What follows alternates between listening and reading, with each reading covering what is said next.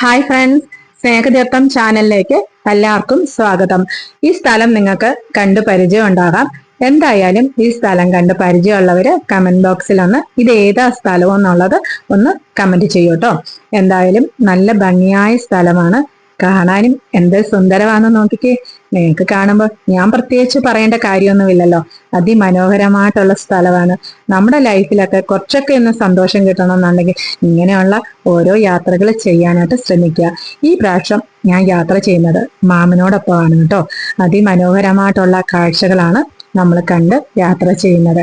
എന്തായാലും കുറെ കുരങ്ങന്മാരെ കണ്ടു കഴിഞ്ഞപ്പോൾ നമ്മൾ വണ്ടി സൈഡിലേക്ക് ഒന്ന് ഒതുക്കി കേട്ടോ. കാരണം കുരങ്ങെന്ന് പറഞ്ഞാൽ ഈ പൂച്ചകളെ പോലെ അടുത്തോട്ട് പോയി കഴിഞ്ഞാൽ കൂട്ടുകൂടാന്നായിരുന്നു എന്റെ വിചാരം. എന്തായാലും കുരങ്ങന്റെ അടുത്തോട്ട് പോയപ്പോഴത്തേനും എന്തോ എനിക്ക് വന്ന മുൻജന്മത്തിൽ എന്തെങ്കിലും ദേഷ്യമുണ്ടോ എന്തോ, എന്നെ കണ്ടു കഴിഞ്ഞപ്പം കുരങ്ങൻ അങ്ങ് തിരിഞ്ഞ് നോക്കാണ്ട് അങ്ങ് തിരിഞ്ഞ് നടക്കാൻ തുടങ്ങി. അത് കഴിഞ്ഞ ശേഷമാണ് ഞാൻ നോക്കിയപ്പോൾ ഒരു മരം ഒരു മുള മൊത്തം കംപ്ലീറ്റ് കുരങ്ങന്മാരുടെ വീടാണ് എനിക്ക് തോന്നുന്നത്. ഫുള്ള് കുരങ്ങന്മാരും എനിക്ക് തോന്നുന്നത് ഈ വലിയ കുരങ്ങന്മാരെക്കാൾ കൂടുതലും ചെറിയ കുട്ടി കുരങ്ങന്മാരില്ലേ, അവരെയാണ് നമ്മൾ കൂടുതൽ ഇതിനകത്ത് കണ്ടത്. എത്രമാത്രം നിങ്ങൾക്ക് കാണാൻ പറ്റുമോ എന്ന് എനിക്കറിയില്ല.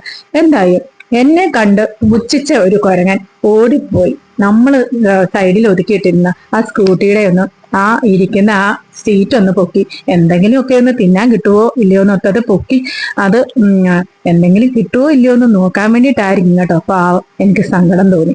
ഞാൻ അപ്പോഴത്തേന് കുരങ്ങനെ ഒന്ന് വിളിച്ച് പതുക്കെ ഒന്ന് അടുത്തോട്ടൊന്ന് വിളിച്ചിട്ട് എന്തെങ്കിലും ഒന്ന് കൊടുക്കാം എന്ന് കരുതി അതിൻ്റെ അടുത്ത് ഹായ് ഒക്കെ പറഞ്ഞു കുരങ്ങന്റെ അടുത്തോട്ടൊന്ന് പോയി. അന്നാലും താണ്ടടാ കുരങ്ങൻ വന്ന് എൻ്റെ അടുക്ക് വന്ന് ചീറ്റിക്കൊണ്ട് എൻ്റെ അടുത്തോട്ട് വന്നു.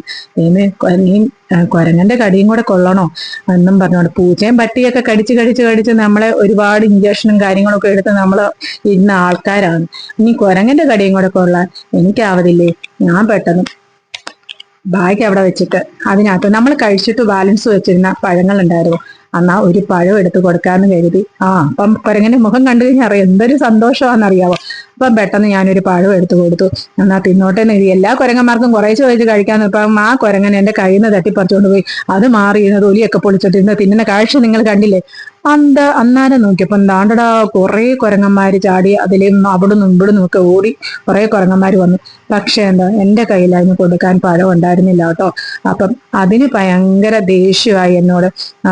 അവന് കൊടുത്തിട്ട് എനിക്കെന്താ തരാത്തെന്നുള്ള ഒരു കാഴ്ചപ്പാടിൽ മറ്റേ കുരങ്ങാണെങ്കിൽ കിട്ടിയ പഴം കൊണ്ട് ഓടി രക്ഷപ്പെടുകയും ചെയ്തു.